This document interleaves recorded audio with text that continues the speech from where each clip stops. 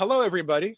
I'm Michael, and I was muted because I was not muted a second ago, and then I became muted again. That's the fun with Zoom, isn't it?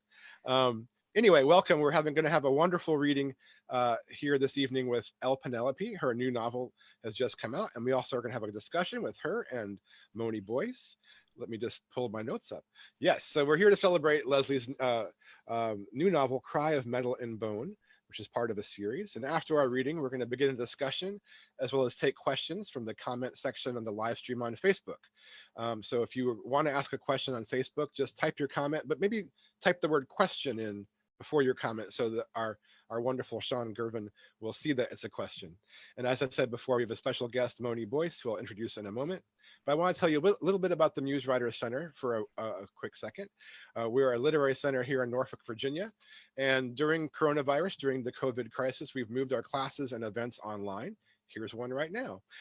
This summer, we had, I think, about 78 online classes, as well as a lot of great events also live here on Facebook. We still have about a dozen classes yet to start this summer in August, so check out our website, the-muse.org, for more information. And our fall class schedule will be coming out in a week or so, and we'll have a really great lineup there as well. Tomorrow on Sunday, we have a live stream reading of some of our teachers, including award-winning author John Didakis. And this coming Friday, August 21st, we'll have a live stream reading with Virginia's newest and greatest poet laureate, Louisa Agloria. We're very proud that Louisa, who is a board member at the Muse, has been named Poet Laureate.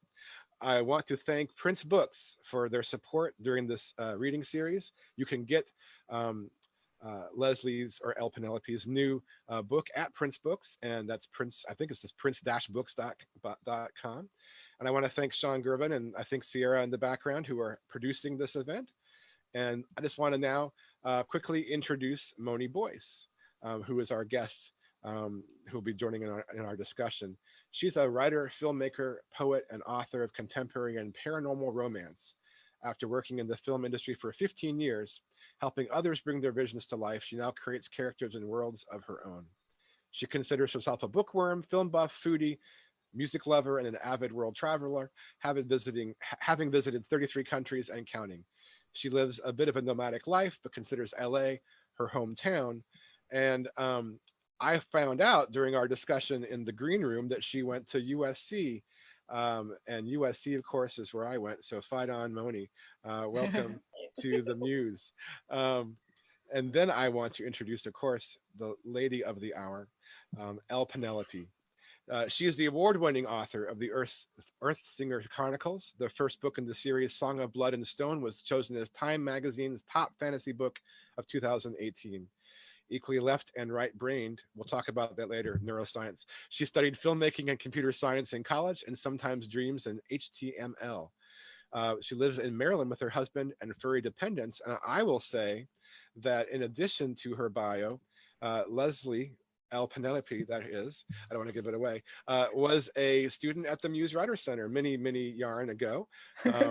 She was one of our best students, as you will be able to tell in a second. And we were all heartbroken when she moved away. And we tried to reel her in for some things. We had her design our website, for instance, the HTML Dreaming, as you know. But we're just so proud and honored that she associates with us. She's lovely and a fantastic writer. So what I think is a good thing to do right now is to allow her to read from her new book. And then afterwards, we'll come back for some discussion. So Leslie, take it away. Thanks, Michael. And thanks so much to the Muse for hosting my book launch. So the newest book in the Earthsinger Chronicles is Cry of Melon Bone. It is book 3 of 4 full-length novels, and there are 3 novellas that go in between that are optional. So I'll just start and read briefly from the beginning of Cry of Melon Bone. Blessing from the goddess. The little girl's voice wobbles with apprehension. She is 8 or 9 years of age, with coppery hair pulled into a top knot, mimicking the style of the women of the sisterhood. Perhaps she is an aspirant. She bends her body at an awkward angle, in a sort of half curtsy, her little limbs stuttering either from holding the position or from nervousness. I touch my thumb to her hairline and trace it across her forehead. Blessing bestowed. There are others, so many others, waiting for their chances. The temple seethes with them, a swarm of busy insects climbing over themselves, reaching for me, yearning, hoping. Precisely what they believe a brush of my skin against their skin will accomplish, I do not know. No, that is not true. I understand who they believe me to be, and though it pains me, I answer to the name they have given me, the goddess awoken, just as I did the previous moniker of the queen who sleeps. I sleep no more. Instead, I walk among them, offering their faith a rare embodiment. Beside me stands the new queen of my people. Jasminda's calm and placid exterior masks the swirling doubt that is yet to abate. I do not know the cause, but her constant uncertainty is a pinprick needling my side. She asks to accompany me today, to better understand the people whom she is to rule. I abdicated the throne I never wanted in the first place, nearly as soon as I was free. She and Jackros will share it now. It is better this way. Have you seen enough, Jasminda? I call to her using my song. She looks up sharply, tearing her attention away from the retreating figure of the little worshiper. You do this every day? Her inner voice is incredulous, though the only external indication is a slight widening of her eyes. The people come every day, so I do as well. It must be exhausting. She scans the vast temple interior. White marble stretches out around us. Every inch is filled with people, my followers. There is no seating. The crowd stands facing the raised dais where we loom above them, surrounded by blue-robed members of the sisterhood. Before I awoke and left my prison in the world between, to return to my body here in the living world, the worshippers would drag their blankets and mattresses to one of many temples erected around the country and sleep, hoping to have their dreams graced by me. The sisterhood would preach words attributed to me, words I never said, and tell tales of deeds I never did. But their belief gave them hope and peace and joy. I watched over them, spoke to those I could in dreams, guided them when possible, and withstood the aching loneliness and solitude. And the followers did not question what they were told. Centuries passed, and my life, my own existence, faded into myth, and even worse, ideology. It does not tire me, I tell Jasminda. We all do what we must. These people, the descendants of those I knew and loved, are all that are left for me. If I did not become the goddess they expected, what else would I do in this new world? Who else would I be? I am no longer a girl called Ula who ran across this land when it was little more than wilderness. I am no longer the woman whose people made her queen so she could stop a war she was responsible for starting when I gave my twin brother Iro a taste of my power and it drove him mad, turned him into a despot, the true father, caused him to rend our land in two, separate our people, and reign with terror for 5 centuries. But there is no one left who remembers who I was. It is almost as if I have been erased. The woman I was before is no more. These people only see the goddess they have made me. Perhaps some hint of the truth remains in Iro's mind, somewhere inside the madness. He corrodes in the palace dungeon, not speaking, not eating, while the people he tormented burn him in effigy and curse his name. Meanwhile, I repent and mold myself into an idol, a version of myself that bears little resemblance to reality. The crowd teems and pulses, and my senses skate over them. I recognize a few individuals whose dreams I visited, back when I had no control over where I went and with whom I spoke. The hope and expectation in their hearts slice through me. With my song, I extend my awareness beyond these walls. The city bristles with people. The press of so many consciousnesses in such proximity is unnerving. In my youth, there were not so many people alive in the entire land as there are in these 10 square kilometers. The gathered throng ripples and spits out another devotee. An elderly man seeking a blessing steps up to the dais. He greets Queen Jasminda with a stiff bow before turning to me. The worshippers hum with a hopeful anxiety. Their emotions press against me, thick as the crowd itself. My earth song-fueled awareness narrows to a fine point. I block out the swarm of bodies, even the seeker before me and the girl queen next to me. There is someone here quite unlike the others. Malice pulses through his pores. Bitter hatred twists his energy. I cannot locate him in the crowd. I merely feel the strong sense of malevolence. Drawing deeply from my connection to Earth Song, I focus my inner song until the man's intentions come into clearer resolution. So clear, it's almost like hearing his thoughts. I snap back into my physical senses and look at Jasminda beside me. Her brow is already furrowed. Her weaker song may have picked up on the danger, but she is slow to process it and appears confused. Queen Jasminda is leaving now, I announce to the sisters nearby, punctuating the statement by pushing a sense of alarm into them. The royal guardsmen assigned to Jasminda rush out of the shadows and surround her, whisking her off down the aisle of the temple before she can even protest. I give an extra mental nudge of anxiety to the guards, and they take off at a near run. It is impolitic to make them pick up the queen and haul her away bodily at such a pace, but there is no time to waste. The old man still stands before me, his perplexed expression mirroring Jasminda's from a moment ago. Hundreds of people fill the building, but it would be impossible to get them all out in time.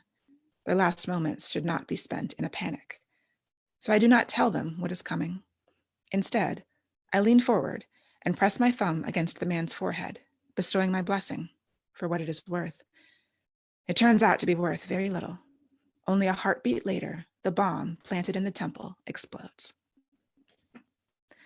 So that is how the book begins. And if you want to know what else happens, you have to buy it. Ooh. Thank you. That was great. That was great. Wow. That's the cliffhanger. You left us. Well, that's good because now we all have to. Everyone has to buy the book who's out there. I like that. That's a good way of doing it. So I thought of a question that I hadn't actually written down, and that is, you did such a good job with voice. I think, and Thank you. getting into different kinds of characters. I mean, I before, for those in the audience, I actually pulled up a story she submitted to my class in like 2011, and I was asking her, "Do you remember writing this?" And it's funny to see someone's evolution. But tell me a little bit about how you approach voice. Yeah, people always talk about voice in terms of that's what hooks agents and editors. And I think it hooks readers subconsciously, even though they might not put it like that. They wouldn't be able to articulate that. But it's just like the character understanding where they're coming from and understanding like what is driving them and what's motivating them and what they're thinking about. Like there are several points of view in this book and in the entire series, but this book particularly amps it up. I think I had 6 or 7 different POVs going on at different times, which was the most I'd ever done. And so you try to make them sound different and you try to just bring forth like their personality and their concerns and look at the world through their eyes. So I just sort of sink in and it's like, okay, now I'm Jasminda, now I'm the goddess. Like, what is she? What is her mood like? What is her, like, how is she? Like, she's snarky, she's a little bit difficult. And I'm not in her head very much, but every character has their own personality. So voice for me is personality, I think, of the character. Cool. And tell us a little bit about, before we get into our more broad discussion, how this series and maybe this book in particular went from idea to inspiration, or inspiration to idea to words on the page, and how what journey that took. So yeah, the first book, Song of Blood and Stone, is the first novel I've ever completed. And originally it was a novella. Like I thought it was a novella. I kind of wrote the first draft in a burst of inspiration. So I had just come back from this writing workshop where I had been sort of torn apart with another story, but I was full of inspiration from the experience of being at this week-long writer's workshop. And so it was a few days after I'd gotten home, and I wrote 10,000 words one day and 11,000 words the next day. Wow. And that was the very first draft. It was 21,000 words. And it was it was completely pantsed. I had a dream. I had like these 2 images in my head, and I didn't know what they were about and just started writing them. And I'm not a pantser anymore because deadlines make it so that I can't be a pantser. And I actually really enjoy plotting. And once I learned how to plot, then life became a lot easier, because even that 21,000 words was not really a readable thing. And so initially I turned it into 50,000 words. And the first version that came out was 88,000 words. The paperback that you buy today is 130,000 words. So it keeps expanding as I for different reasons. But yeah, the genesis of the idea was just very, very tiny. And I didn't even know it was a series at first. I just wrote the first book, and then I decided I was going to self-publish it initially. And by the time I was getting, was working with the editor and learning how to make it a better book, then it was like, oh, okay, well, this is actually, there's more. And the world just began to expand. And with each book, even though I planned 4 books, all of that changed and shifted as the world just got bigger and bigger. And so in the third book, the first 2 in the series, Song of Blood and Stone and Whispers of Shadow and Flame, are parallel stories. They actually take place at the same time. And you can read them in either order, technically, although you should probably start from the beginning. But the third book picks up where the first 2 leave off, like 6 weeks later, I think. And the world has gotten bigger, the cast expands, the geography expands as you go to different places on the map that you haven't been before, to different countries, and there's different cultures and languages and magic systems that are introduced. And so everything just gets a little bit bigger and wider. Yeah, I think I have both the self-published first book and then the larger edition. Yeah, it's pretty exciting. And I think this is a good place to open up, because I think what you were saying is sort of your journey to publication had many kind of loops around and iterations and detours, and then of course now you're in a major publishing company. And I know, Moni, you've had similar journeys with your writing as well, in terms of, like, I think indie publishing having more control and hiring the people you want to make everything, versus giving up a little bit of control, I think, probably with a traditional publisher. Yeah. So how has that journey been for you? Like, what advice would you maybe even give to writers who are about to start that journey? Like, what, helping them avoid some of maybe the pitfalls that you experienced? In terms of self-publishing, or in terms of just the whole publishing thing, like, because you kind of went both directions. You did self-publishing, indie publishing first, and then you went in a different direction, and Moni stayed in that one place, and so you each found a niche that you like. I think, yeah, I think the future is kind of is hybrid. Like, I started self-publishing because I had done a bunch of DIY stuff, I had started a literary magazine with people that I found, that I met at the Muse, and Quotable. The Quotable, yes. I was one of the co-founders in our library. and the co-editors of the Quotable, and we did that completely independently. And I had been an independent filmmaker, like Moni has been, and so all these DIY projects. And so I was like, well, I'll just put the book out myself. And I'd heard a lot of things about traditional publishing, and especially with authors of color, and I just didn't want to deal with someone trying to change what I was trying to say. So if anyone is interested in indie publishing, definitely do research. I spent a year researching as I was writing, as I was continuing to learn how to become a better writer, finding the people that I was going to work with in terms of cover designer, editor, proofreader, like all of these people. That's why we call it indie publishing, and instead of self-publishing sometimes, because it's not ourselves, it is independent, but there are, most people are going to require additional forces. And then, going traditional. So I still self-publish and I still do traditional, so it's hybrid publishing. There are trade-offs, definitely. And there are things, both paths are difficult, I would say.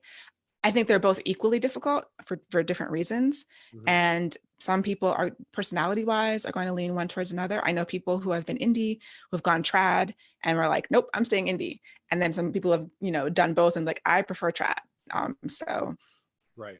There's, giving up that control is difficult, and relying on other people, and then kind of sometimes being at the mercy of their decision-making and their marketing or lack thereof. There's all kinds of pitfalls, and there's benefits too, definitely. So I don't think one is better than the other, and one is definitely not easier or harder than the other.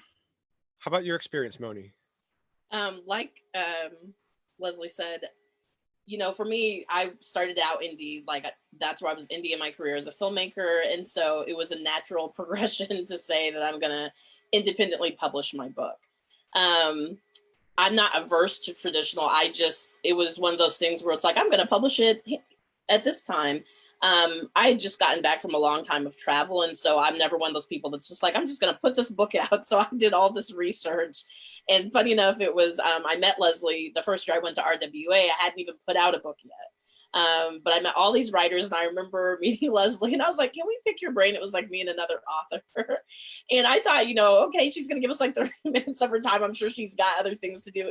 And thankfully, she was very sweet. She sat with us for like literally 2 hours, letting us just like throw questions at her. But I took a lot away from that conversation with her in terms of moving forward with indie publishing, because it's a lot of work. Like she said, there's nothing like light about it. Like, you're not just putting out a book. As an indie publisher, you're responsible for the marketing, for upkeeping your website, your social media, maintaining all those things. You're working on the next book, marketing the current backlist. You're putting proposals out for other things. Right now I'm also in the submission process because I would like to be hybrid as well. So it's like still kind of maintaining the writing and really schedule that I've done for myself independently. But also now, like, I have those projects where it's like, okay, this submission is going to Harlequin for this, or I'm trying to write in this, best-selling author's world of whatever that is, because a lot of it too is you're trying to grow your readership. That is one of the benefits of traditional publishing, is that you have a bigger platform in which to kind of like, share your work. Whereas as independently, it's on you to grow that readership, whether that's newsletter swaps or social media or other paid forms of advertising like Facebook ads and things like that. Right, exactly. Leslie, you said something a few seconds ago about authors of color in the genre you're in having some barriers, and I would like you both to sort of explore that for a moment. Like, what did you find were the barriers? Have any of them gotten better? Have they gotten worse? Are there other unexpected things that come? Yeah. I put out the first book in 2015, and in the 5 years since, it's changed a lot. It has gotten a lot better. So my concerns and what I had heard from other authors who'd gone traditional was just that, people hearing things like, oh, we already have a Black fantasy author. We already have like an Iranian or a Middle Eastern book this season. We can't have more than one. And we can have hundreds of white people, right? Exactly. Yes. So, but these are things that people were absolutely hearing, and calls to change characters and make them more palatable to different audiences. And I wasn't seeing a lot of, Black fantasy specifically. So I just didn't think that would be of interest. And so part of me getting published is because there is my editor at St. Martin's Press is a Black woman, Monique Patterson, and she found me. She kind of had seen my book out there and contacted me, which is a very unusual situation, but it's because we need more people in positions of power at these publishing companies to say, oh no, we can have two. She had another Black fantasy book on her roster before, and she thought that there was room for another one, So, and she is really, really well known and is really established. She had edited LA Banks and just amazing people. So that's one of the things that's changing. And we're seeing more like agents and editors, Black and other people of color and other marginalized people. And that's really what we need to make the shift happen, so that the people who are in the acquiring stage can understand what we're trying to do and not be confused by it, or not, like, a lot of times we hear, oh, I couldn't relate to your characters, and it's like, I mean, Black people have been reading white authors since the beginning of time, and somehow we're able to relate to them. And somehow white readers are able to relate to vampires and werewolves and, like things that don't exist, but real human beings, they can't. And I mean, these are real things and there's still an issue, Mm-hmm. It's still an issue with book covers. A lot of Black authors, didn't want to put Black people on their book covers because they knew that they would sell less, because mainstream means white generally, mainstream readers would not think that is for them. And I've heard authors give numbers, like this book had these people on the cover and sold X amount, and this book had Black people on the cover and sold 50% of that or less.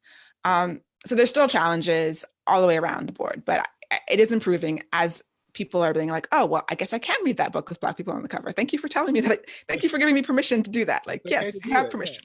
Yeah. Moni? Yeah, no, I can like literally a huge cosign on everything that Leslie just said, because it's real. And like she said, I wish she was joking about like saying that they feel like they can relate more to a werewolf or a vampire before they can relate to like a Black heroine having happily ever after. But that literally has been said from a reader, and it always boggles the mind, because I'm like, but we're human beings. Of course we have love lives. You see that we've gotten married in real life and things like that. It's like it happens. But it's real. You know, I had to make that choice at some point. Like, okay, was I going to put a Black face on the cover?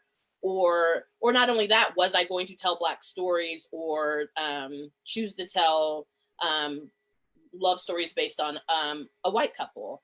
And there's nothing wrong with that. You're going to write what you want. For me, coming from the film world where I already had to deal with issues of representation mattering, I knew that I wanted to write a Black woman's story. Most of my love stories are interracial, and part of that was from a place that that's what I'd experienced. My marriage, when I was married to a white man, and so the first book I ever did, it was interracial, because again, that's what I'd experienced at the time. And so for me, it was always like, you know what, no matter what, I'm gonna stick to my guns. I'm gonna put the Black woman on the cover, and either they're gonna like it or they're not. You know, I can't, it's one of those things where you have to get to a certain point where you're like, you're not gonna please everybody. Even if I had what I thought they wanted, it's still somebody's going to still find an issue with it. So I was like, at the end of the day, I want to be happy with the art that I put out in the world. So I was just like, I'm going to make this, because we were just having the discussion in the green room earlier. I am supposed to come out with the paranormal later this year. That was a spinoff to my current series, but trying to find stock covers for people of color, not just Black people. My lead in the next book is a Japanese man. And it is like trying to find a unicorn and trying to find stock images for people of color. And so I have to basically pay for a photo shoot to happen so I can get exactly what I want without having to what we call head swap. Like, you find the image that you want and then you swap out the heads, you know, for people that work. I had to do that on another series, and I don't want to have to do that again. We actually have a question from the Facebook audience. And that was from Elaine, and she asks, did self-publishing hinder the opportunity at all to publish traditionally? In general, it doesn't. For me, it didn't, because that was how I got found by my editor. Mm-hmm. She had seen the self-published book, and she saw the Black person on the cover. She was like, hey, this looks interesting. She read the two that were out at the time. But even that's not like the way most people get published. So self-publishing doesn't really have an effect on traditional publishing. I think in years past, people would think that it's a stigma, but the stigma is like decreasing so much. And only, I mean, I'm sure there's somebody out there who still has a stigma, but you know, publishers want good writing. And if you can show that you've created an audience and that you are professional and that you can write books and finish them and turn them in and people will read them, then yeah, there's not any hindrance, I don't think.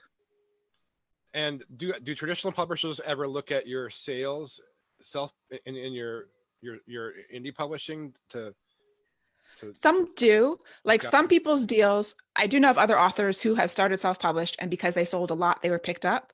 Mm-hmm. That wasn't the case with me. Like I sold okay, you know, I was happy with it, but it wasn't a bestseller by any means.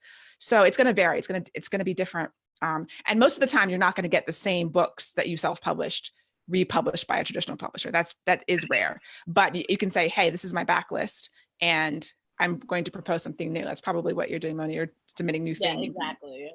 Submitting all new material, like, and then I'm happy that you said that, because I see a lot of like new authors or even self-published authors think, now I'm going to take this book to a traditional publisher, and I'm like, no. I was like you said, yours is like such a rare case. I think that some people don't understand. Most traditional publishers want completely new, has never been seen before stories. They usually do not acquire something that's already been published. Right? Yeah. I want to say to those who are watching on the live stream, thank you, first of all. And we have about a half hour left, so please keep your questions coming. And they will be relayed to us here on the Zoom. We do have more of a comment from Priscilla Johnson, who said, I'm grateful for the Black authors who provide us with stories that I can relate to and envision myself in. And I think that's an interesting point that you were saying earlier, that, you know, like Black readers were reading white characters and having no trouble understanding that they existed, and now it's great to have maybe something that Priscilla can relate to without having to jump to Right. make that point. Yeah. And that was one of the reasons why I do have Black people on my covers, and I'm writing about Black characters. Mm-hmm. And I do other races too. I have another series that's self-published. It's the Angel series, the Eternal Flame series. And there are Asian characters in the second book. And, you know, that stock photo was just like, their faces are cut. It actually is an Asian woman on the cover now, but even though her face is cut off. But the importance of going to a bookstore and reading a book that has someone who is like you and has a shared experience on some level as you is, you know, it can't be discounted. And so I'm grateful that there are more and more Black authors and authors of all kinds who are coming and able to get their books out there so that more readers can have that experience too. And it kind of goes to what you were saying before about the people in power in publishing, that now that there's more people of color in those positions, it kind of opens more doors, because I feel like there have always been a lot of people of every racial and ethnic makeup that wanted to express themselves through the arts or through writing, and unfortunately there wasn't a lot of opportunity sometimes, but now maybe we're getting some more opportunity, which is wonderful. There's still a tiny amount in publishing, and it's growing slowly, but even the white editors and agents are actively looking for own voices, and or at least they say they are, and like I think you're seeing more getting published. Yeah. We have another question. I think for Leslie, but I think both of you maybe can speak to this. But the question is from Elaine. You started as a pantser. When and how did you learn the plot? How did that transition go? Okay, it was a conscious decision for me because I couldn't finish anything, and I was trying to do NaNoWriMo's National Novel Writing Month, and I think I actually finished one, and then I was like, you know what, this book, I mean, obviously a National Novel Writing Month that you write in 30 days is going to be not trash. I'm not going to say it's trash, but it's you know, it's got troubles. So I was like, yeah, I don't know how to plot. And being in workshops is great. I loved being in workshops, but you're looking at tiny pieces of a manuscript in a workshop. You're not looking at it holistically. So I just started buying books, like a lot of these are craft books. I took some courses, I watched a bunch of videos, and I was like, I'm going to plot school. And I made a document called Leslie's Plot School. And I just tried to like consciously learn, how do people plot books? How can I finish something that is complete, that other people can read? And so it was like a turning point of just education and steeping myself in it. And then when I was, you know, as I was writing, I'm always still learning, but yeah, it had to happen in order for me to finish something.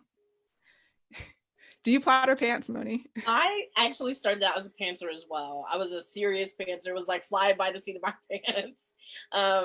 But as I started doing more and then realized that I wanted to, in self-publishing, you do a lot of like rapid releasing sometimes to like keep, you know, the audience fed, I guess you could say. So I was just like, okay, if I'm really going to do this and these books are going to like be good, I have to get to the point where and especially once I started writing paranormals, because you're doing so much world building, there's no way to really effectively write a good paranormal if you're not plotting. And just really, in my opinion, any kind of series or trilogy, because you have to already know what's kind of coming down the road, like what's the end game of book 4 or 5 or whatever that is. So if you're not plotting and then really seeing like the arc of your character going from book 1 to like by book 6 they're here, and knowing all the in between or whatever, you're not gonna have a very well written book, in my opinion. There was, like she said, there was no way between just finishing and then just knowing that I wasn't gonna have messed up by the time book 4 rolls around, where I either like had a plot hole or I contradicted myself.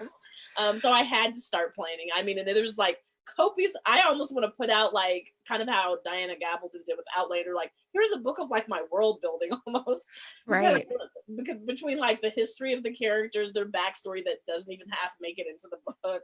Yes, there's so much that you do to prepare for that it's a lot of work, but it's worth it. The plotting is necessary. Even though I plot and a lot, I still write myself into corners. You know, these are long books that I'm writing, and I've written myself into many a corner that I'm like, oh, I didn't think of that, because you can't think of everything, Yeah. you know, as Yeah, much no, as you try. yeah. So And you also have to allow that. I mean, I think kind of like the yin and yang, right? It's like there's value in both, uh, going by the seat of your pants, the pantsing, and plotting every little thing out. And there's some value in finding a middle ground sometimes, like right. to know where you're going and to know where you want to end up, but maybe allowing some freedom to explore on the way. You know, the journey is the fun. Yeah. I think it's necessary. Like I was like, I plot, and my plots also have like a 14-page outline, but I mean, the book is, you know, 500 pages. So there's a lot of pantsing in between to get from outline, you know, point one to point two. Sure. Yeah. Now how much do you, I think what may have been Moni, but someone was saying in a series you have, and for you, Leslie, you also have kind of a history that is created in this universe, like world building. So how much of the, do you guys ever get kind of sucked into exploring the history of your universe and forgetting to actually write a chapter? Like I'm gonna do, you know, because I have a student whose name is Chris. I think you might have met Call him. them out. Yeah, I'm gonna call him out. He wrote, I think he has like 500-page history of his universe, and, Oh. and there's like a couple hundred pages of his book. So we need to Yeah. yeah. But do you guys do that too? Do you like write every little detail, like 3,000 years ago this happened? I do what I need to do personally. So I'm right now writing a novella that takes place 500 years ago, but it directly affects book 4. So like I did have to go back and be like, okay, what is the history of this war? These two countries have been at war for 500 years in the series. I needed to know why and what the history was, because that people reference things, but that document is maybe 3 or 4 pages. So I try to do the least that I need to do so I don't fall into that trap. Because I think I could, but again, deadlines. Having a deadline helps you not fall into those sort of rabbit holes. Sure. With world building, especially, because I do love to world build. It's fun. It's so fun. That I know it is easy to fall down the rabbit hole of like getting into the research, because for instance, I write paranormal romance. So a lot of times it's like, yes, there is a whole mythology from so many different books, films, what have you, about like werewolves or vampires. And so usually you're researching like all those different things to kind of pick and choose how your vampires are going to work, or your, whatever creatures, and then you're kind of taking bits and pieces of those or adding in new parts that you want for your characters. And so it's always interesting to kind of like do that. But then in the Oracle Chronicles I was writing about witches, there was some history that I wanted to impart in those books that was actually based on real life. So like things with Salem witch trials, one of my characters being related to Tituba, who a lot of people don't realize was an actual historical figure. She appears in books, but she was real. She wasn't just like part of the narrative made up by this author. She was a real woman. And so it's like doing research on her and then seeing how my character's lineage was going to line up with being related, and all these different, so it does get really fascinating to kind of dive down like really deep and get into it. But like she said, sometimes you have to like, okay, like what of this do I actually really need, and what's more of just like a time suck at this point in time. So it can get really interesting, and I have like copious amounts of notes that I'm just like, that was fun, but I have to remember to like always kind of bring it back, like, okay, back to the story, because a lot of that's not making it into the book right away. Yeah, none of it is. And I will fall down holes. Like I remember I was talking about this on the podcast. Like I needed a name of a game that rich people played, like Polo or something, but it couldn't be Polo because it's my world. So I was like, what are other games and other cultures that rich people play? And it took an hour, and I finally came up with the name, and then I continued writing. So like, because you have that itch, you have to scratch it. You have to figure that one thing out. How I thought of this because you mentioned going down rabbit holes. How do you how has this last, what is it now, 5 months of COVID time changed your process?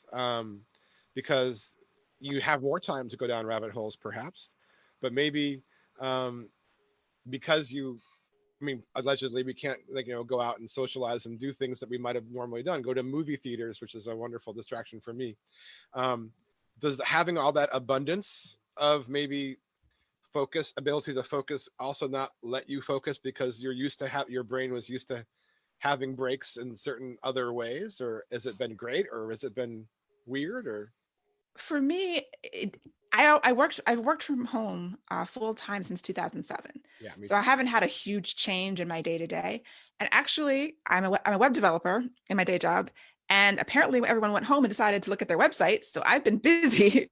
It didn't actually slow down for me. Okay. And I had a deadline in April and I have another deadline in September. Deadlines help.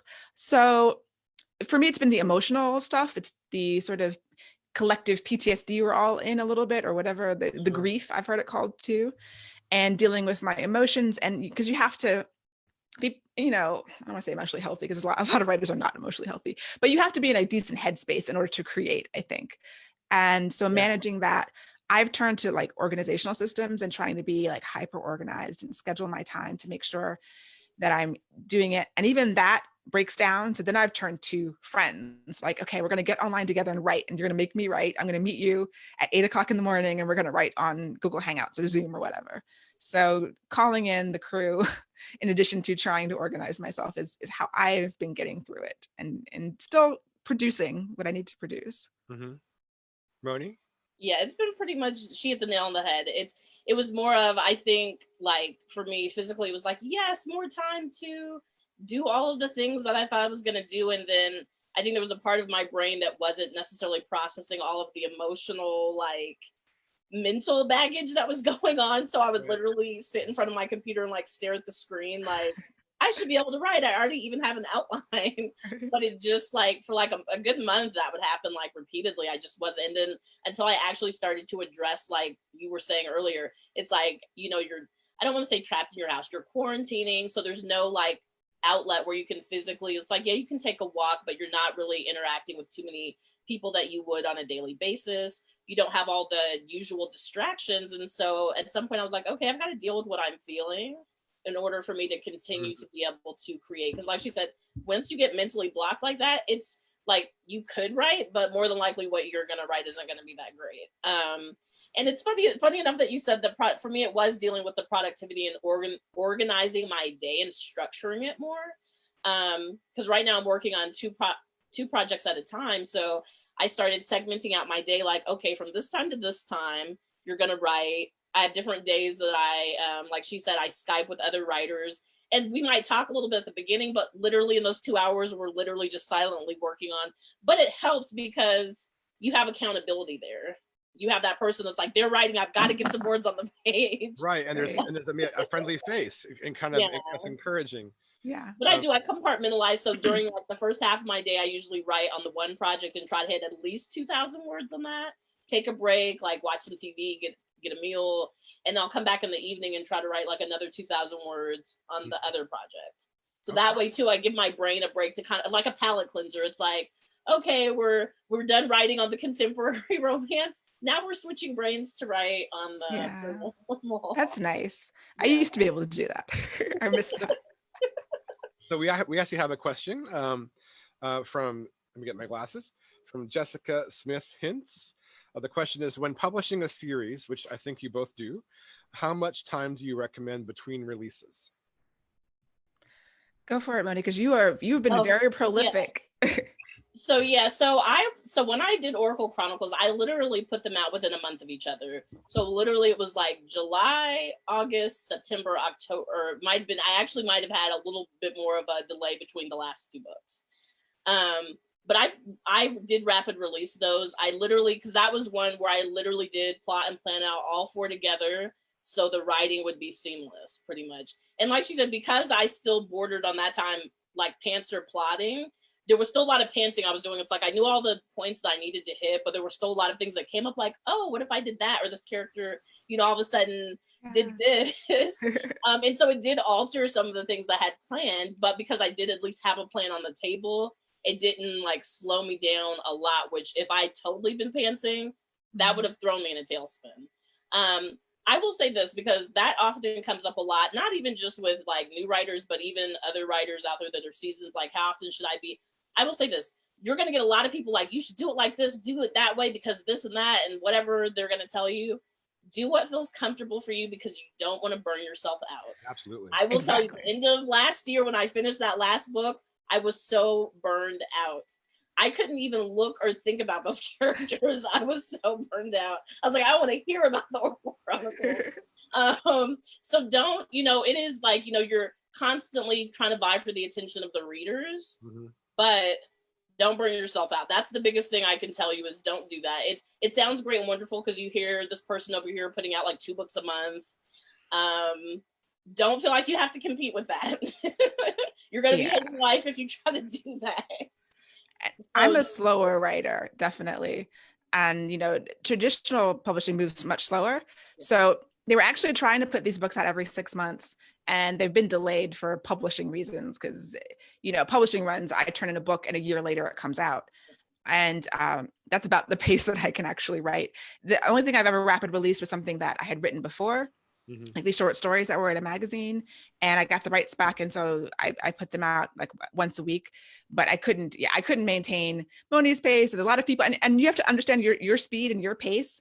And there's lots of advice for self-publishing. And so if you can only write a book a year or 2, then do that, because burnout is real. If you can only write a book every 5 years, really it's what is comfortable, I think, for the author. And it depends on your goals too. Like, understand, if you're writing a book every 5 years, you probably are not going to be a full-time author, as opposed to if you write a book every month, there's a higher percentage chance that you could be because of algorithms and money.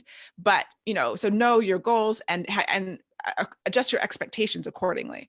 I will, just to piggyback off of that for a second, because you did make a great point and I should address that. So for me, I am trying to become a full-time writer, even as an indie author. So I do have it on my schedule that I'm trying to put out like a book like every 2 months. So I am going to like sit and churn them out. And like I said, that's why I have those, like, I need to hit this word count, because I've already done the math to know, like, if I finish, like if I do like between 2,000 and 2,500 words a day on said book, then I'll have the first draft done. It can go to the editor. I'll get it back. We can do all the revisions, and then I can put it out on this date. If you are trying to be a full-time author, then yes, rapid releasing is your friend, because the more of a backlist you have, and you can market that as you're, writing the next one, the bigger chance, like Leslie was saying, that you're going to be bringing in enough money each month that makes that a possibility. If you are only putting out, and not to say, like, I've seen some people do it where they only have the 2 books, but that means you are marketing that book like so much, and marketing takes a lot of money. We're talking about like Facebook ads, Amazon ads, and you were spending a lot to get that, return on investment that like equates to thousands of dollars a month. Right. So just know that. Right, exactly. We have about 13 minutes. I just want to say, if you're watching this live, and hopefully you are, please type your questions into the comments and we will get to them if you type them in there. We had some ideas of what to talk about during our discussion, and we haven't really we've kind of alluded to a lot of it, but haven't really gotten to everything. The first one that we were thinking we could talk about is writing both paranormal, writing fantasy, writing cross genre, how that is for you, and like, how do you keep all that straight, if you're crossing genres? Yeah, because because Moni writes paranormal and contemporary, and I started with fantasy and contemporary paranormal. So there's a lot of world building. There's a lot of world building in regular contemporary with no magic, because you still have to create a viable world. But when you add in monsters and creatures and magic and second worlds, and so doing the different genres for me helped me clear my brain. Like Moni was saying, I would work on a fantasy, and then I would be like, okay, now I'm in present day San Francisco, and I just have to deal with the angels and their power, and I don't have to build the economic system and a whole culture from scratch, and this is a nice respite, and then I'll go back to the fantasy.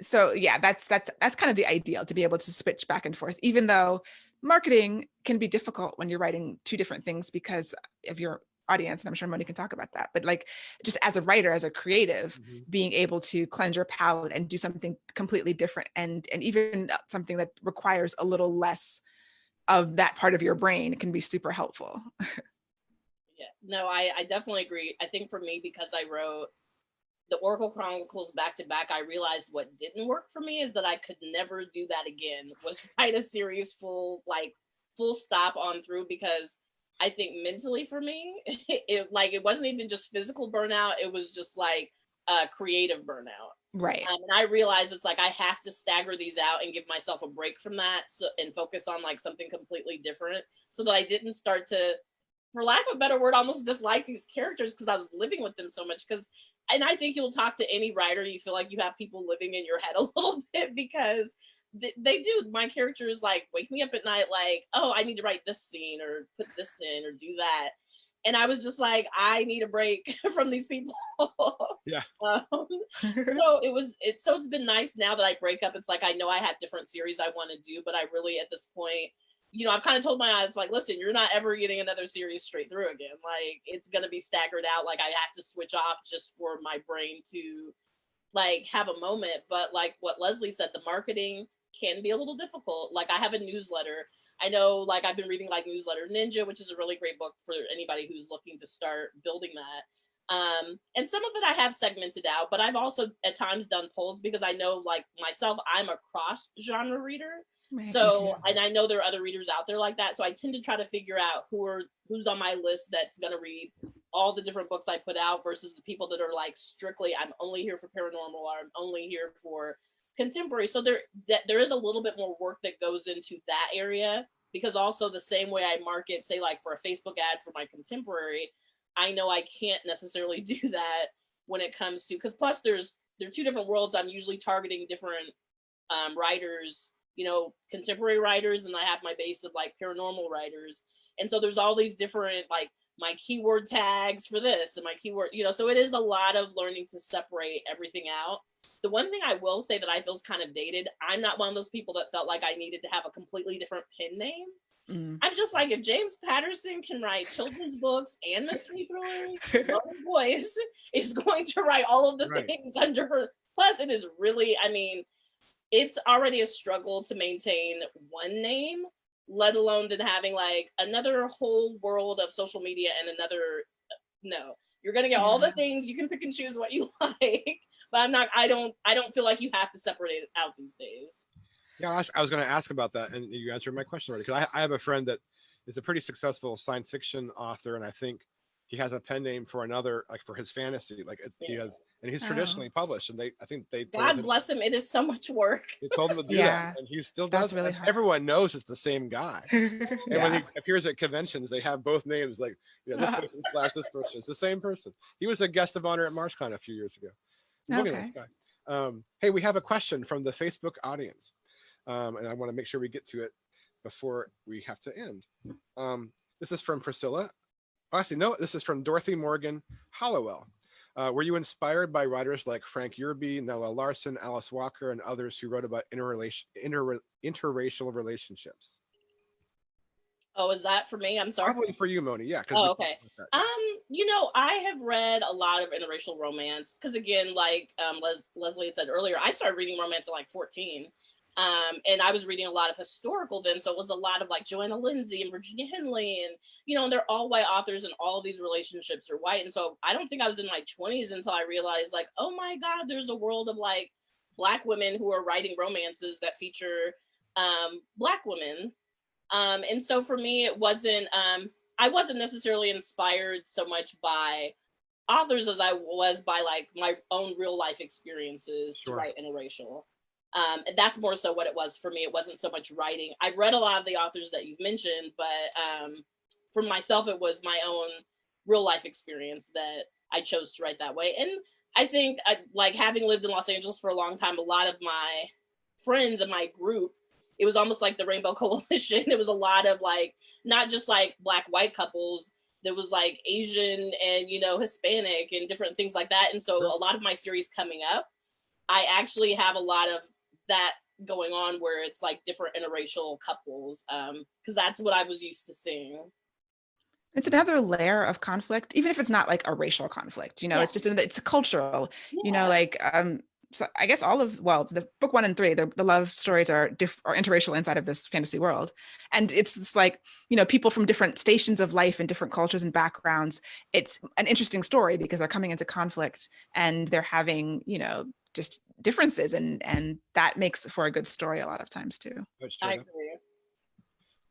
So another question, I think we have time for this one, from Priscilla.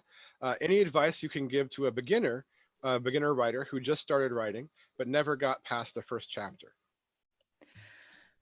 Yeah, I've been there. I think I think most we've all writers have been there.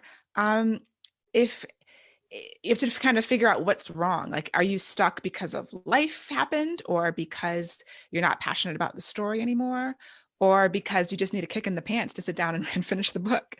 And if it's the last thing, then having a community, people I met at the Muse formed a great community of, helping to continue writing. And then, in these times, there's different online communities, there's Facebook groups, there's whole websites where you can meet just strangers and have accountability partners. I really didn't finish anything until I had accountability partners. And these are people that I met in various workshops, and they're still my accountability partners today. We've come together through not being published to being, like, all of us are published in some way right now. And that's been the most helpful thing to me. So kind of figure out, like, what is really blocking you. And if it's the story, then, maybe try to write something else that you are passionate about and you really have that desire burning within you to finish it. And then if you're still having trouble getting your butt in the chair, then have some people help you and meet you or call you, or however it can happen, to make sure that you're getting the words down. Yeah, I definitely agree. You gotta, because you can take all the courses, read all the books, but until, like Leslie said, you figure out those things, none of that's going to help you. The other thing I would say too, start thinking about, and this is something Leslie touched on earlier, what is your goal? What is your point to writing the book? You just have a story that you want to get out. You want to be an author, like a full-time author, because there's other things that come along with that, the hobby versus the, I want to make this a career move, right? That you really have to consider. And so for me, it's, the days I have a block, like Leslie said, I usually will then I need to switch to something else. And I think both Leslie and I are filmmakers. So for me, other things that help when I'm blocked are like looking at other forms of art, like whether it's listening to music, Sure. Maybe I'll take a minute, like, okay, let me watch something, like, because those things usually for me help like unlock something or help me, because for me as a filmmaker, and most people hate watching movies with me because I'm always like overly critical. I'm thinking about camera angles and why they chose that person to tell the story. So for me, that helps me think about my own story. Like, is it not working because maybe it's not this character that should be telling this part of the story? So those other forms of art kind of help me sometimes get unblocked. And sometimes when I'm able at this point in my life to know it's like, it's because the dishes aren't done. Because for me, it is a feng shui, sometimes space. Now that I'm living in my space 24/7, sometimes it's something that's like just the physical, like I need to pick up the room or do laundry and get those things out of my either periphery or just off my brain in order to focus. I would add, I think that, because she said that she was a beginner writer, sort of just starting the journey of being a writer, and I really do think that learning the craft in some contexts is very helpful, and that's where obviously you can do that with in a lot of different ways, reading books, but there are some communities that are lucky to have literary centers, creative writing centers, and the Muse Writer Center is one here in the Hampton Roads community. And I guess maybe the only silver lining, there are probably some other tiny ones for COVID, is that we've all pivoted and put these things online. So there's classes you can take. Our fall class schedule is coming out sometime next week or the early part of the week after. And there's introduction to fiction writing on that schedule. And the teachers are going to help you really refine things like dialogue and plotting and characterization and, the hero journey and just the ways you construct books. And I believe, L Penelope is going to be teaching a seminar for us. I saw that you had pitched some, so I'm very excited about that. And we're going to be talking with. Sign up for that? What's that? I said, can you still sign up for that? Well, we haven't even announced that schedule yet. Oh, okay. Because I was like, I want to sign up for that. Yeah, so she'll be teaching a class, and you can, instead of having to be, living in Hampton Roads, Virginia, now you can live in Seattle or anywhere, or Tijuana, wherever you want to be. We have a student taking a flash fiction class. I think it's a flash fiction class from Japan, from Tokyo, and she when I greeted that class on Zoom, it was 7 p.m. And I said, what time is it there? She says, oh, it's 8 in the morning. And I said, wow, it's pretty early. She goes, Ask, I've been taking classes all night. Oh, wow. So, Wow. so she's been all over the world. And I think that's something that we can all use as an example. We can, even though we're in a bad time right now, there's things that it created for us that we can now take advantage of. Maybe I want to take a class from a Japanese teacher in Japan. If you want, it'd be the opposite, but 7 o'clock would be 8 in the morning for them. But anyway, we're at the end of our time, and I wish we had another hour, because I really wanted to talk a little bit more about so many different things. But one thing you mentioned, we've been sort of talking about throughout, is diversity in authors and in the publishing industry. And I like to mention the group that I'm fond of, called We Need Diverse Books, that one of our former teachers, Lamar Giles, has been involved with. And he has plenty of stories about, he's a YA writer that has a Black male point of view character, which is not super common. Right. Yeah. In YA, and the struggles that he had to stick to his guns, and this is my character. Mm-hmm. And I think that's so important, that everyone write what they feel they need to write, and not, the market is the market. It changes. Yes. It's fickle. It can be fickle. But anyway, I want to thank everybody again for being here. I would like to invite Sean to make himself visible so we can thank him in person, if he'd like to be thanked in person. Thanks, Sean. Again, the Muse Writer Center is a literary center, and we have lots of stuff online. We'd love for you to join us.